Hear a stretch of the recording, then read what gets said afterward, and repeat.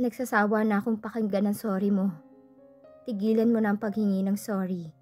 Mahal din kita. At alam kong dama mo yon dati pa. Gusto kong magsimula tayong muli na wala ng pait sa mga puso natin. Nangislap bigla ang mga mata nito.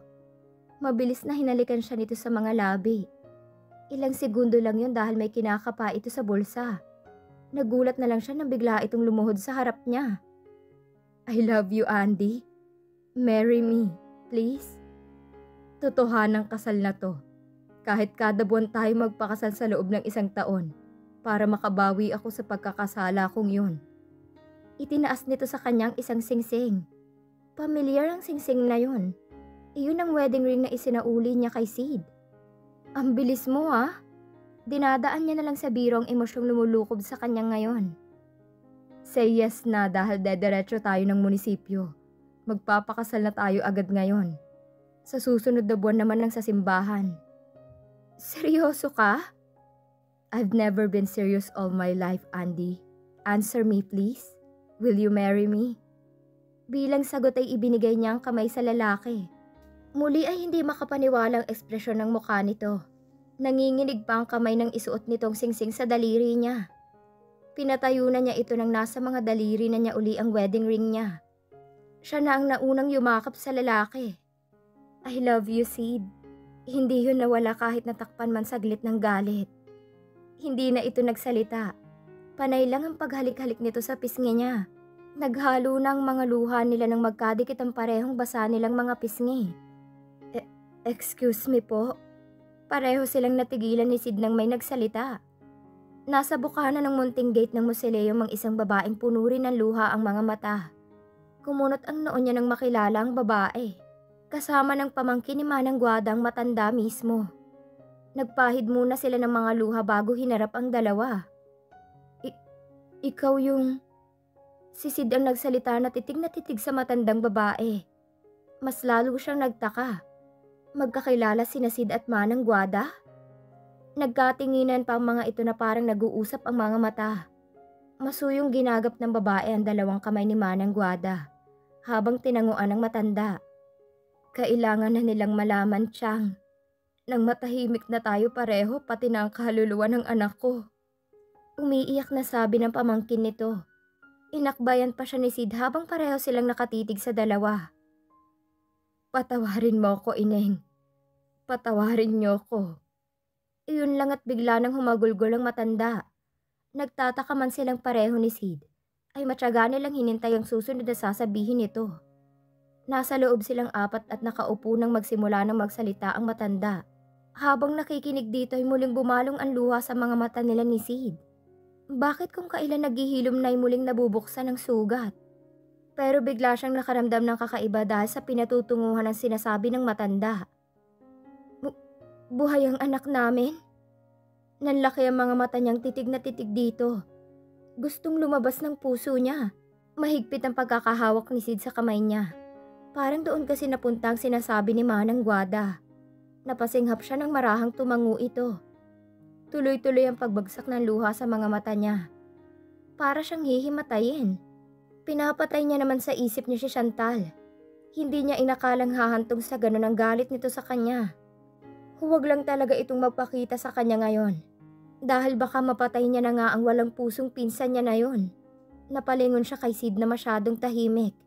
Napatingin siya sa kamay nitong pahigpit ng pahigpit ang hawak sa kanya. Napatingin ng matanda sa lalaki. Ang sanggol na bitbit ko nung gabing yon. Siya ang anak niyo. Napabuga ng malakas na hangin ng lalaki. Nasapo nito ang ulo na parang hindi alam ang gagawin. Si Hit, nababahalang sabi niya. Bigla siya nitong kinabig ng mahigpit. Si Ivan. Si Ivan ang anak natin. Halos hindi niya maintindihan ang sinabi nito dahil sa garalgal na boses ng lalaki. Ayaw pumasok sa utak niyang sinasabi nito. Ang tanging naririnig niya ay ang pangalan ni Ivan. Bumitaw sa pagkakayakap sa kanyang lalaki para titigan siya sa mga mata. Si Ivan. Si Ivan ang anak natin. Ivan? Nakatulalang napatitig din siya sa mukha ni Sid. Bigla ay nagdilim ang paningin niya. Tuluyang bumigay ang kawalan niya sa revelasyong iyon. Andy! Chantal's POV. Where have you been, young lady? What time is it? Agad na sumalubong sa kanyang galit na mukha ng amang Australiano. Walang anumang tiningnan nga niya ang relo. It's 4 in the morning, Dad. Did you just wait for me to ask that line? Pangarag-ngarag pang paglalakad niya. Galing siya sa isang bar kasama ang mga barkada niya. Chantal! Galit na tawag ng mami niya sa kanya. Namumungay ang mga matang napatitig lang siya sa bunganga ng ina. Buka iyon ang buka pero wala na siyang nauunawaan. Lango siya sa alak at sa kung ano man iyong gamot na ibinigay sa kanya ng isang kaibigan kanina. Hindi niya pinansin ang mga ito. Dumiretso siya sa kwarto at padapang humiga sa kama. Sinundan siya ng ina niya at talak pa rin ito ng talak. Hindi ka tumula dun sa pinsan mong si Andy. Hindi iyon sakit ng ulo ng kapatid ko. Pangalan lang ng pinsan niyang pumasok sa tenga niya. Mabilis na kinuha niyang unan at ininakip sa tenga. Pagod na siyang ikumpara ng ina kay Andy. Ang pinsan niyang halos sambahin na ng mga magulang niya. 3:00 na ng hapon siya nagising. Napilitan siyang bumangon dahil pinuntahan siya ng ina sa kwarto. Tumatawag si Andy. Ayusin mo yung mukha mo. Kahit ayaw pa niyang bumangon ay napilitan na rin siyang umalis ng kama. Naghilamos lang siya. Inalis ang nagkalat na make-up sa mukha. Nagsuklay siya ng buhok at nagbihis. Nang tanggapin niya ang tawag ng pinsan ay ibang-iba na ang itsura niya kaysa kagabi. Sa tuwing nakaka-video call niya si Andy, ay mukha siyang anghel sa mga mata nito. Gustong-gusto niya tuwing humahanga ito sa kanya. Damang-dama niya na parang ginagawa na siyang idol ng pinsan niyang iyon. Kailangan niyang panindigan ang imahe na ipinapakita niya rito pati na sa mga magulang ng babae. Kahit doon man lang ay iisipin ng kapatid ng mami niya na swerteng-swerte ang ina niya sa pagkakaroon ng anak na gaya niya. Ang totoo ay inis na inis siya kay Andy. Sa tuwing nakakausap niya ito sa video call ay umaalingaw-ngaw sa isip niya ang laging pagkukumpara ng mga magulang niya sa pinsan niya. Hi Chantal! Sabi ni tita kanina ay natutulog ka pa raw. Sinabi ko naman na huwag ka nang gisingin. Agad na bungad ng nakangiting si Andy. It's okay. It's late na rin naman para manatili sa bed. So what's up? Iyong ngiti niya ay praktisado lagi kahit ang gusto niya ay umismid. Wala naman siyang pakialam talaga sa nangyayari sa buhay ng pinsan niya. Ang totoo ay nababagot siya sa tuwing nagkwento ito sa kanya. Pinipigilan lang niyang huwag humikab habang nakikinig dito. Lagi itong nagkwento tungkol kay Sid, ni hindi nga niya nakita pang lalaking bukang bibig nito. Sinasakyan na lang din niya ang mga kwento nito lalo pa kung nasa tabi niya ang mami niya. Nang sa wakas ay nagpaalam na rin ito. Kulang na lang ay sumigaw siya sa sobrang saya. Naaalibadbaran talaga siya sa babae. Para bang laging ang saya-saya nito. Ordinaryong mga pangyayari lang naman ang mga ikinikwento nito sa kanya. Nagmamadaling nagbihis na siya nang maibaba ang phone. Makikipagkita pa pala siya kay Liam, ang professor niya sa isang subject. May asawa't anak na ito. 20 years ang gap ng edad nila. Noong unang nagpakita ito ng interes sa kanya, ay agad niyang sinunggaban. Bagsak kasi ang grade niya sa subject nito, kaya kailangan niyang maging masunurin sa lalaki. Ilang beses siya nitong dinala sa isang motel. Walang pagtutol na ibinibigay niyang sarili dito. Basta ba okay ang grades niya rito. Hindi niya kailangan pumasok sa subject nito dahil sigurado na siyang pasado rito. Kailangan niyang makipagkita sa lalaki dahil nababahala na rin siya. Ilang buwan na siyang hindi dinatnan. Sa tingin niya ay nakabuo sila nung isang gabing dinala siya nito sa bar. Pareho silang lango sa alak kaya nakalimutan na nitong gumamit ng proteksyon. May nakatago pa nga siyang picture nilang dalawa na parehong may bitbit ng beer. Kailangan niya iyon kung sakaling kailangan niya itong i-blackmail. Keep the baby. Walang gatol na sabi ni Liam. Nang sabihin niyang posibleng buntis siya. Hindi niya inaasahan iyon. Ang akala niya ay sasabihin agad nito na ipalaglag niya ang bata. Iyon din naman ang plano niya. Pamilyado kasi itong tao. Kaedad nga lang din yata niya ang panganay nito. Isa pa professor ito. Malaking iskandalo kapag may nakaalam na nakabuntis ito ng estudyante nito. Dati na siyang nagpalaglag nung nabuntis siya ng unang boyfriend niya. No, I won't. Anyway, we're still not sure if I'm pregnant. Please don't do anything to harm the baby. I'm willing to pay for everything. Once the baby is out, you can give the baby to me. Napatawa siya ng mahina. Sa tingin ba nito ay ganun lang kadali? Dadalhin niya sa sinapupunan ng bata ng 9 na buwan tapos kukunin na nito? Paano naman ang parents niya? Mas lalong ipapangalandakan ng mami niya sa kanya na malas ito at siya ang naging anak nito. We'll see. I'm just telling you already of time just in case I'm really pregnant. By the way, don't forget to give me a good grade. My mom will be checking. I will if you'll keep the baby. Formal na sabi nito. Abat parang siya yata ang iba-blackmail ng matandang gurang na ito. Imbis na magpadala sa pagbabanta nito, nginitian niya lang ang lalaki. Hinalikan niya pa ito sa pisngi. Sure babe, but I think this is just a false alarm. Pagka-uwi niya ng bahay ay agad na nagkulong siya sa banyo. May 3 pregnancy kits siyang binili. Titig na titig siya sa mga yon habang naghihintay ng resulta. Sobra ang kabog ng dibdib niya dahil malakas ang kutob niyang buntis nga siya. Hindi nga siya nagkakamali. Positive ang lahat ng resulta ng mga yon. Agad na may tinawagan siya. Ito rin ang Pinay na nurse na nanay ng isang kaklase niya.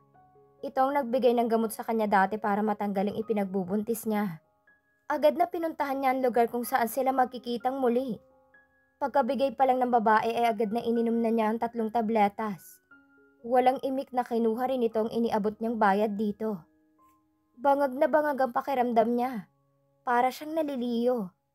Ang tiyan niya ay parang may 2 kamay na pumipiga sa kung anumang nasa loob nun. Alam niya maya-maya lang ay duduguin na siya ng marami. Kaya bumali na rin siya ng adult diaper para doon. Hindi pa man siya nakakauwi ng tuluyan sa kanila ay nagsisimula na siyang duguin. Chantal, can you explain this? Galit na galit ang mukha ng ama niya. Basta lang pala niyang itinapon sa basura ang mga yon. Ang ina niya ay magsisimula na rin sanang magbunganga nang bigla na lang siyang nawalan ng malay. Nagising siya sa loob ng ospital. Panay ang iyak ng ina niya habang inaalo ng ama niya.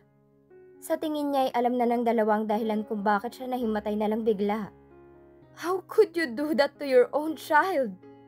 Agad na sumbat ng ina niya habang umiiyak. Akala niya ay lalapitan siya ng mga ito para yakapin man lang. Hindi na siya umimik. Lumalaki ang puot at galit sa dibdib niya habang tumatagal. We decided to bring you to the Philippines in the meantime. Your father will oversee our businesses here. Dugtong ng ina niya sa matigas na boses. We think you need a good environment for you. Andy will be there for you. We just hope that she can influence you to... Stop! Agad na pinutol niya sinasabi ng ama. Ang lakas ng sigaw niya. Agad na napasugod ang isang nurse sa loob. Sa sobrang galit niya ay pinagtatapon niyang nasa ibabaw ng mesa. May nakita pa siyang gamit sa ospital na binunot niya habang nanlilisik ang mga mata. Itinapon niya yun sa ina. Mabuti na lang at andun ang ama niya at nahila ito. Kung hindi ay tatamaan talaga sa mukha ang mami niya. Takot na napaatras ang ina niya. Habang hindi pa rin siya tumitigil sa pagwawala. Nahawakan naman siya ng 2 lalaking nurses. Kaya napigilan ng mga kamay niya. Mabilis na may itinurok sa kanya. Maya-maya lang ay parang nawalan na siya ng lakas. Inalalayan siya ng mga nurses para mapahigang muli sa kama. Nang magising siya uli ay hindi siya iniimikan ng ina. Tanging ang daddy niyang kumakausap sa kanya. Iniuwi na siya ng bahay kinabukasan. Habang naghihintay ng schedule ng flight nila papuntang Pilipinas, ay ikinulong siya sa kwarto niya. Kinuha rin sa kanya ang phone niya at laptop. Hinahatidan na lang siya ng pagkain sa kwarto lagi. Para siyang mababaliw sa sitwasyon niyang yun.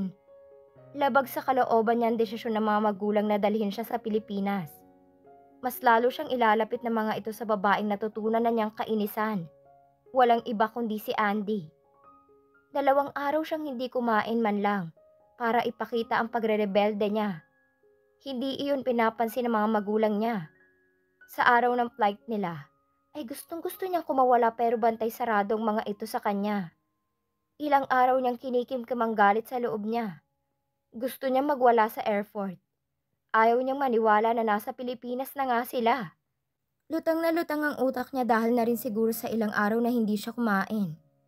Walang sumundo sa kanila sa airport dahil hindi ipinaalam ng mga magulang niya ang pagdating nila. Nasa loob na sila ng nirerentahang sasakyan ng daddy niya para dumiretso na sana sa bahay ng tita niya. Sakalang pumasok sa utak niya na nasa Pilipinas na nga sila nang makita ang daang tinatahak nila. Biglang nagwawala ang loob niya. Ayaw niyang makita ang pinsan niya ng personal. Ayaw niya sa Pilipinas. Nasa likod siya ng sasakyan nakaupo. Matalim ang tinging pinukol niya sa mga magulang na nasa harap. I don't know what to tell my sister. We'll just keep Chantal's abortion to ourselves. I don't want her to know that I've messed up being a mother. Narinig pa niyang sabi ng mami niya sa daddy niyang nagmamaneho. Hinahagod nito ang likod ng mami niya para aluin ito. Mas lalong nagatungan ng galit sa dibdib niya. Para bang sinasabi ng mga ito na siya lang ang problema sa pamilya nila. Na siya mismo ang messed up. Wala na siya sa katinuan, alam niya. Bigla niyang dinaluhong ang ama mula sa likod. Pinakialaman niya ang steering wheel habang nagsisigaw. Chantal! Nabiglang sabi ng ina niya na mabilis na napahawak sa kamay niya para tanggalin iyon sa manibela. Sumuray-suray ang sasakyan nila. Chantal! Stop this or we will all die! Ang ama niya naman ang hirap na hirap sa pagkokontrol pa rin sa manibela. Wala itong ibang naisip gawin kundi ang ihinto ang sasakyan kaysa mabangga sila sa mga nakasalubong na malalaking sasakyan.